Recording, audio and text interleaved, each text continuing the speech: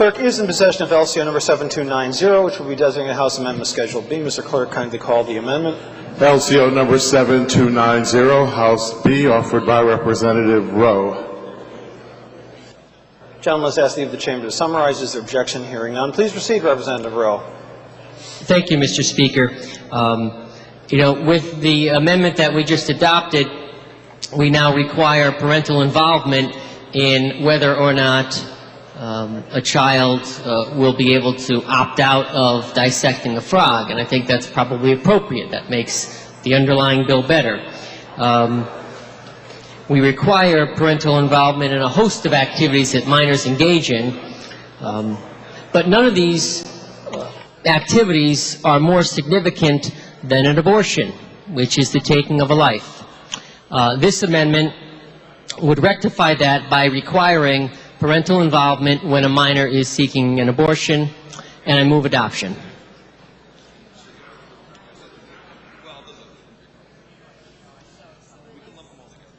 Questions on adoption? Your remarks, sir. Thank you. As I indicated earlier, as many of us know, we require parental involvement in a whole host of areas, and for the most part, rightly so. If a minor wants an aspirin at school, nurse can't give it. You've got to contact the parent and get consent there. If a minor wants to get an ear pierced, can't do it without the parents being involved. How about tattoos? Well, you need your parental involvement in that as well. If you want to be a poll worker on election day and you're a minor, you can do it, but only after your parents consent to that. How about if you want to go to a tanning salon and get bronzed? Well, you need your parents' permission if you're a minor to do that. But what's missing here is something that's far more significant than any of those areas, and that's abortion. A minor seeking abortion is a taking of a human life. And don't take my word for that. Read up on it. Science is unanimous in their findings that human life begins at conception.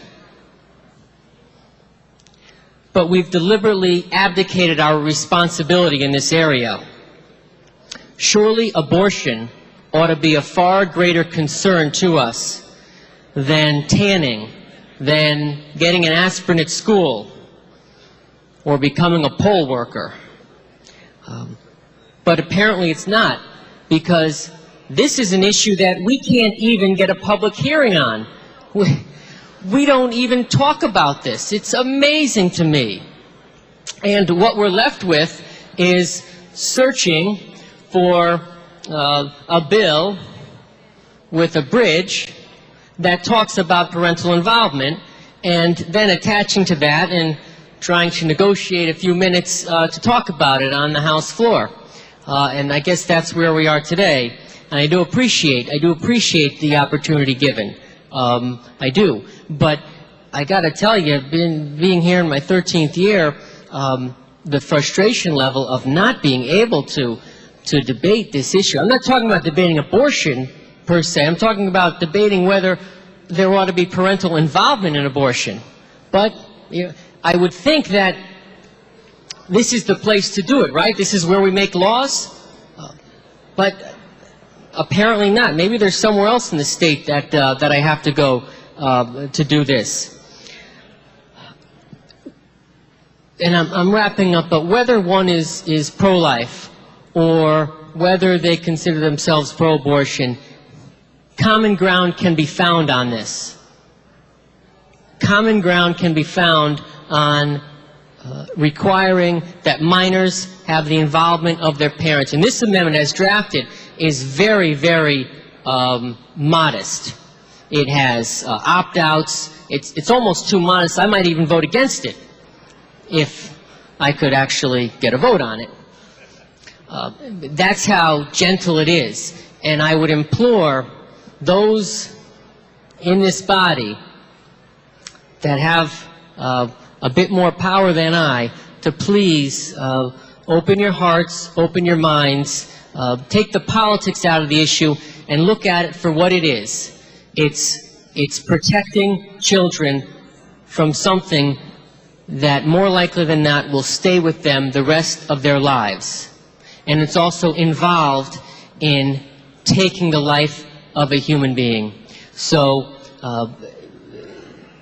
I thank those that gave me this opportunity. I hope to have more of an opportunity in the future. And at this point, Mr. Speaker, I will withdraw the amendment. Gentlemen, let's just leave the chamber to withdraw the amendment. Is there objection? Hearing none, the amendment is withdrawn.